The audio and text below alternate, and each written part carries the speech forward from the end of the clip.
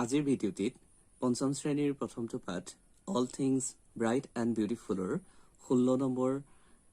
এক্টিভিটিছৰ পৰা আমি আৰম্ভ কৰিব বিচাৰিছোঁ। গতিকে আশা কৰোঁ তোমালোকে ভিডিঅ'টি সুন্দৰকৈ উপভোগ কৰিবা আৰু ইয়াৰ পৰা এই ভিডিঅ'টিৰ জৰিয়তে তোমালোকে নোৱাৰা কথাখিনি শিকিবলৈ চেষ্টা কৰিবা। গতিকে এতিয়া আহোঁ আমি আমাৰ এক্টিভিটিছখিনি কৰিবলৈ। 16 নম্বৰ প্ৰশ্নটোত কৈছে say as fast as you can. say মানে কোৱা, as fast যিমান বেগত পাৰা, যিমান খৰকৈ পাৰা সিমান খৰকৈ তুমি কোৱা। ঠিক আছে, say as fast as you can, তুমি যিমান খৰকৈ পাৰা সিমান খৰকৈ কোৱা। bees, peas, seas, keys, এই শব্দকেইটা তোমালোকে যিমান খৰকৈ পাৰা সিমান খৰকৈ ক'বলৈ চেষ্টা কৰিবা। Now write the names of 4 things ending with as to mean more than one. এতিয়া তোমালোকে কি কৰিব লাগিব, 4টা বস্তুৰ নাম লিখিব লাগিব আৰু যিকেইটা বস্তুৰ শেষ কিহেৰে হ'ব লাগিব, এছ আখৰেৰে হ'ব লাগিব। আৰু এছ আখৰেৰে এই কাৰণে হ'ব লাগিব যাতে সেই বস্তু কেইটাই কি কৰে, এটাতকৈ বেছি বুজায়, অৰ্থাৎ প্লুৰেল নাম্বাৰ বুজায়, বহু বচন বুজায়। ঠিক আছে, তেনেকৈ আমি লিখিব পাৰোঁ। তেনেকৈ আমি কি শব্দ লিখিব পাৰোঁ বাৰু, যেনে ট্ৰিজ, TREES। আমি যদি অকল ট্ৰী লিখোঁ তেনেহ'লে এজোপা ট্ৰী হয়, এজোপা গছ হয়, আৰু ট্ৰিজ লিখিলে মানে আমাৰ এজোপাতকৈ বেছি গছ হয়। গতিকে আমাৰ ইয়াত এই প্ৰশ্নটোত যিটো কৈছে সেইটো আমাৰ এই শব্দটোৱে জাষ্টিফাই কৰিছে। আমি কি লিখিলোঁ, ট্ৰিজ লিখিলোঁ, নহয় জানো? ট্ৰিজ মানে গছ। তেনেকৈ আমি লিখিব পাৰোঁ পেন্স, কলম এটা হ'লে পেন আৰু এটাতকৈ বেছি হ'লে পেন্স, নহয় জানো? তেনেকৈ আমি লিখিব পাৰোঁ বক্সেছ, বাকচ। তেনেদৰে আমি বহু শব্দ আমি লিখিব পাৰোঁ, যেনে মাংকিজ,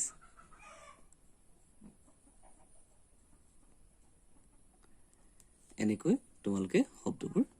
লিখিবা, এটচেট্ৰা। এতিয়া আহিছোঁ question number 17। Complete the following by using and, but, so, or, therefore. And, but, so, or, therefore ব্যৱহাৰ কৰি এই তলৰ ABCD এই 4টা আমাৰ প্ৰশ্ন দিয়া আছে। এই প্ৰশ্নকেইটাৰ খালী ঠাইসমূহ পূৰ কৰিবলৈ কৈছে। Hope the grasshopper dash any the ant are friends. Hope the grasshopper আৰু any কি আছিল, বন্ধু আছিল। গতিকে ইয়াত কি লিখিব লাগিব, এণ্ড লিখিব লাগিব, AND,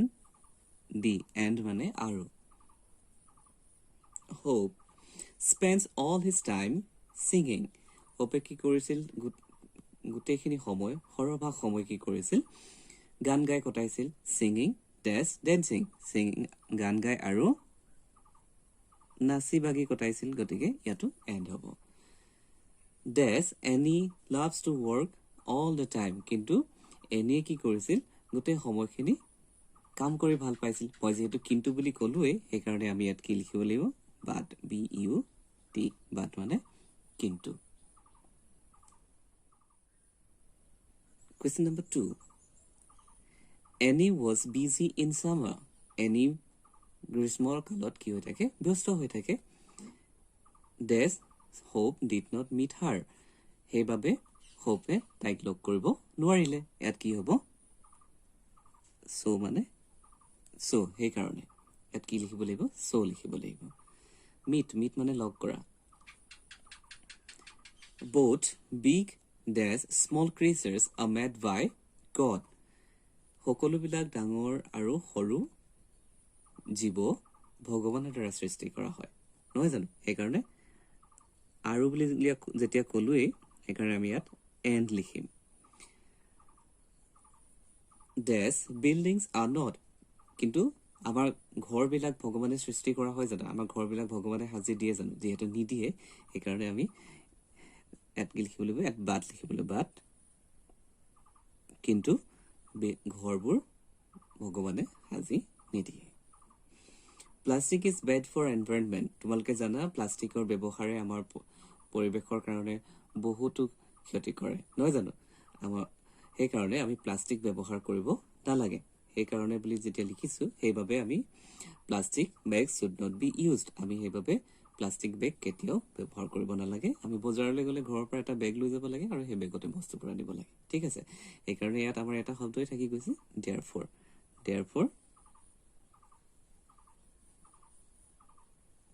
therefore plastic should not be used সেইকাৰণে আমি প্লাষ্টিক কি কৰিব নালাগে ব্যৱহাৰ কৰিব নালাগে গতিকে আশা কৰো তোমালোকে বুজিব পাৰিছা Question number 18 Look carefully at the pictures below তলত দিয়া ছবি দুখন খুব সাৱধানে খুব ধুনীয়াকৈ চোৱা মনোযোগেৰে চোৱা Find out 6 differences in picture 2 and write them down আৰু এই ছবি দুখনৰ মাজত থকা পাৰ্থক্যসমূহ এই তলত দিয়া খালি ঠাইটোত লিখিবলৈ কৈছে আৰু পাৰ্থক্য কেইটা হ'ব লাগিব 6টা হ'ব লাগিব 6 differences okay চাওঁচোন আমাৰ এতিয়া এই 2 নম্বৰ ছবিখনৰ লগত 1 নম্বৰ ছবিখনৰ কি পাৰ্থক্য আছে বা 1 নম্বৰখনৰ লগত 2 নম্বৰ কি পাৰ্থক্য আছে প্ৰথমতে আমি ইয়াত দেখিম ক্লাউডছ বিলাক দিয়া আছে দেখিছানে তোমালোকে ইয়াত ডাৱৰ দেখিবলৈ পাইছা কিন্তু ইয়াত ক্লাউডছ নাই নহয় জানো সেইকাৰণে আমি ইয়াত লিখিব পাৰো CLOUDS ক্লাউডছ আমাৰ ইয়াত ডাৱৰ আছে ইয়াত ডাৱৰ নাই তাৰপিছত আমি দেখিব পাইছো ইয়াত সূৰ্যটো জিলিকি আছে ইয়াত কিন্তু সূৰ্যটো নাই গতিকে আমি ইয়াত লিখিব লাগিব sun নহয় জানো তাৰপিছত আমি দেখিবলৈ পাইছো ইয়াত চৰাই আছে ইয়াত চৰাই নাই birds চৰাই দুজনী আছে নহয় জানো তাৰপিছত আমি কি দেখিবলৈ পাইছো তাৰপিছত আমি দেখিবলৈ পাইছো ইয়াত মাছ দেখিছো ইয়াত কিন্তু মাছ নাই fish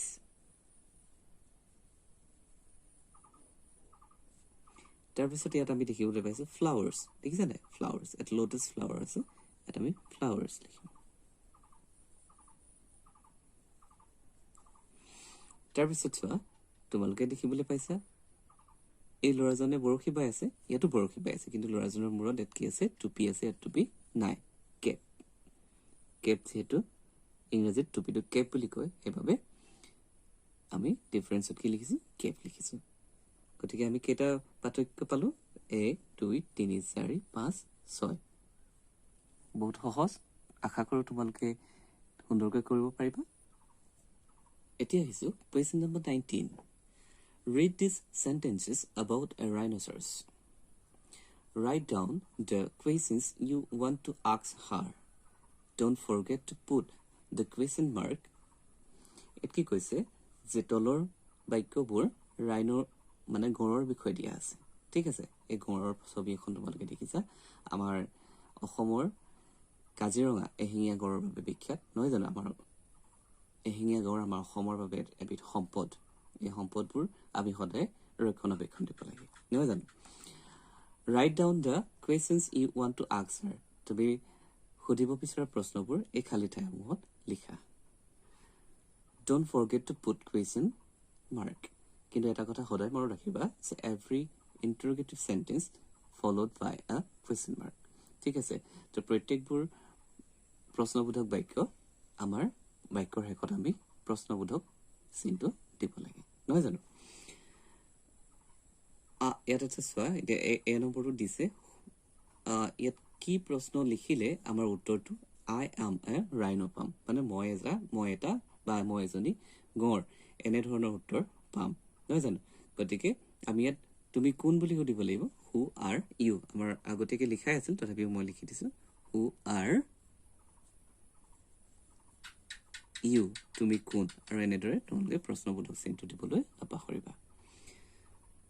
তেতিয়াহে মই উত্তৰটো কি পাম I am a rhino মই এটা গড় এনেদৰে উত্তৰটো পাম question number B I live in Kaziranga এটা কাজিৰঙা বুলি মই কাজিৰঙাত বাস কৰো আমি কেনে ধৰণৰ প্ৰশ্ন সুধিলে আমি উত্তৰটো সেই গড়টোৱে মই কাজিৰঙাত থাকো বুলি ক'ব ঠিক আছে তেনেহলে আমি উত্তৰটো লিখিব লাগিব where do you live তুমি ক'ত বাস কৰা নহয় জানো আৰু শেষত আমাৰ প্ৰশ্নবোধক চিনটো দিব লাগিব I eat plants and grass এতিয়া গড় এই গড়টো কি বুলি প্ৰশ্ন সুধিলে গড়টোৱে ক'ব যে মই ঘাঁহ আৰু সৰু সৰু গছ-গছনিবোৰ খাওঁ সৰু সৰু গছৰ পুলি যেনে এইবিলাক খাওঁ এনে ধৰণৰ উত্তৰ দিব তো আমি লিখিব লাগিব যে what do you eat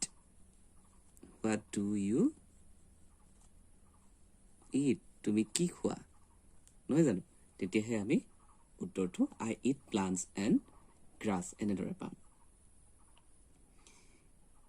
Question number D. I am 10 years old. এতিয়া আমি কেনেদৰে প্ৰশ্নত সুধিলে ইয়াৰ উত্তৰটো মই 10 বছৰীয়া বুলি পাম নহয় জানো How old are you এনেদৰে সুধিলেহে how old are you বুলি সুধিলেহে আমি উত্তৰটো I am 10 years old বুলি পাম নহয় জানো I am crying because I am endangered.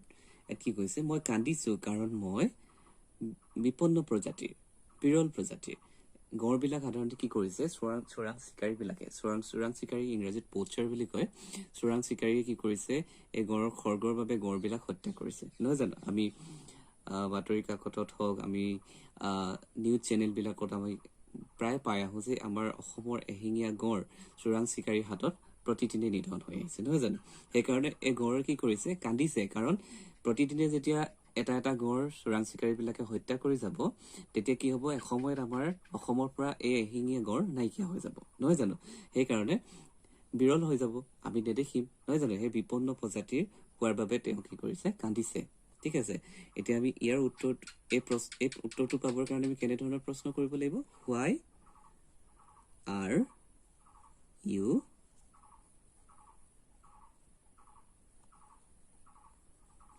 crying তুমি কিয় কান্দিছা ঠিক আছে এতিয়া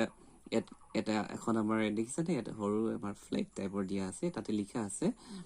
প্লিজ সেভ মি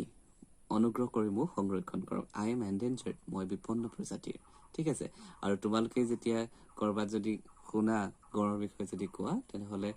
সদায় মনত ৰাখিবা যে গড় আমাৰ অসমৰ বাবে সম্পদ আৰু যিসকলে গড় বধ কৰে তেওঁলোক আমাৰ অসমৰ বৈৰী বা শত্ৰু গতিকে গড় ৰক্ষণাবেক্ষণ দিয়াটো আমাৰ বাবে এটা কৰ্তব্য নহয় জানো এতিয়া আহিছো 20 number প্ৰশ্নলৈ read this paragraph about your state written by a class 5 student পঞ্চম শ্ৰেণীৰ এজন ছাত্ৰই লিখা তোমাৰ এটি প্যাৰাগ্ৰাফ তোমাৰ ৰাজ্যখনৰ বিষয়ে যেহেতু আমাৰ ৰাজ্যখনৰ নাম কি অসম নহয় জানো আমাৰ ৰাজ্যখনৰ নাম অসম আমি বাস কৰা ৰাজ্যখনৰ নাম অসমৰ বিষয়ে পঞ্চম শ্ৰেণীৰ এজন ছাত্ৰই লিখা এটি প্যাৰাগ্ৰাফ আমি পঢ়ো আছোন The name of my state is Assam মোৰ ৰাজ্যখনৰ নাম Assam Assam is a beautiful state Assam এখন ধুনীয়া ৰাজ্য Dispur is the capital of Assam Dispur অসমৰ ৰাজধানী capital মানে হৈছে ৰাজধানী Assam is full of beautiful trees and flowers অসমখন ধুনীয়া ধুনীয়া গছ-গছনি আৰু ফুলেৰে পৰিপূৰ্ণ ফুল মানে ভৰি থকা The river Brahmaputra flows through my state মোৰ ৰাজ্যখনৰ মাজেদি ব্ৰহ্মপুত্ৰ নদীখন বৈ গৈছে flow মানে বৈ যোৱা through মানে মাজেদি Animals like tigers, elephants, wild boar, buffalo, deer live in the forest of Assam. আমাৰ অসমৰ যিবিলাক অৰণ্য আছে এই অৰণ্যত বিভিন্ন ধৰণৰ জীৱ-জন্তু যেনে tigers, elephants, wild boar, buffaloes, deer ইত্যাদি বিলাক পোৱা যায় Several birds visit my state during the winter আৰু শীতকালৰ সময়ছোৱাত বিভিন্ন ধৰণৰ চৰাই চিৰিকটি আমাৰ ৰাজ্যলৈ আহে আই লাভ মাই ষ্টেট আৰু মই মোৰ ৰাজ্যখনক বহুত ভাল পাওঁ এতিয়া এটি প্ৰশ্ন দিছে আমালৈ নাও right 5 sentences about your town or village এতিয়া তুমি বাস কৰা চহৰ বা গাঁওখনৰ বিষয়ে 5টি বাক্য লিখা আৰু মই 5টি বাক্য তোমালোকক লিখি দেখুৱাইছো এনেদৰে মই তোমালোকৰ কাৰণে 5টি বাক্য লিখি আনিছো মোৰ ইয়াত 6টা বাক্য হৈছে তোমালোকে এনেদৰে 6টা হওক 7টা হওক 10টা হওক যিমানটা বাক্য পাৰা তোমালোকে লিখিবলৈ চেষ্টা কৰিবা কাৰণ লিখিলেহে তোমালোকৰ লিখাৰ প্ৰেক্টিছ হ'ব আৰু প্ৰেক্টিছ হ'লেহে তোমালোকে সুন্দৰকৈ লিখিব পাৰিবা ঠিক আছে The name of my village is Khoriaveta মই যেহেতু খৰিয়াভেটা গাঁৱত বাস কৰোঁ সেইবাবে মই মোৰ গাঁওখনৰ নাম লিখিছো তোমালোকে নিজৰ নিজৰ গাঁওখনৰ নাম লিখিবা মোৰ গাঁওখনৰ নাম খৰিয়াভেটা My village is very beautiful মোৰ গাঁওখন বৰ ধুনীয়া It stands on the bank of the river Disang আৰু মোৰ গাঁওখন দিচাং নদীৰ পাৰত অৱস্থিত তোমালোকে দিচাং নদীৰ নাম শুনিছা নহয় জানো গতিকে মোৰ গাঁওখন দিচাং নদীৰ পাৰত অৱস্থিত The people of our village is farmer মোৰ গাঁৱৰ যিসকল মানুহ আছে বুজিছানে মোৰ গাঁৱৰ যিসকল মানুহ আছে বেছিভাগে কি খেতিয়ক There is an LP school in our village মোৰ গাঁৱত এখন LP স্কুল আছে অৰ্থাৎ প্ৰাথমিক বিদ্যালয় আছে I love my village from the core of my heart আৰু মই মোৰ গাঁওখনক মোৰ একেবাৰে অন্তৰৰ পৰা ভাল পাওঁ এনেদৰে মই তোমালোকলৈ এটি পেৰাগ্ৰাফ লিখি দেখুৱালো আশা কৰো তোমালোকে এনেদৰে বা তোমালোকে বেলেগ ধৰণে পাৰিলেও তোমালোকে বাক্যবোৰ লিখিবলৈ চেষ্টা কৰিবা তেতিয়াহে তোমালোকৰ বাক্য গাঁথনি শুদ্ধ হ'ব আৰু সুন্দৰকৈ তোমালোকে ইংৰাজীত বাক্যসমূহ গঠন কৰিব পাৰিবা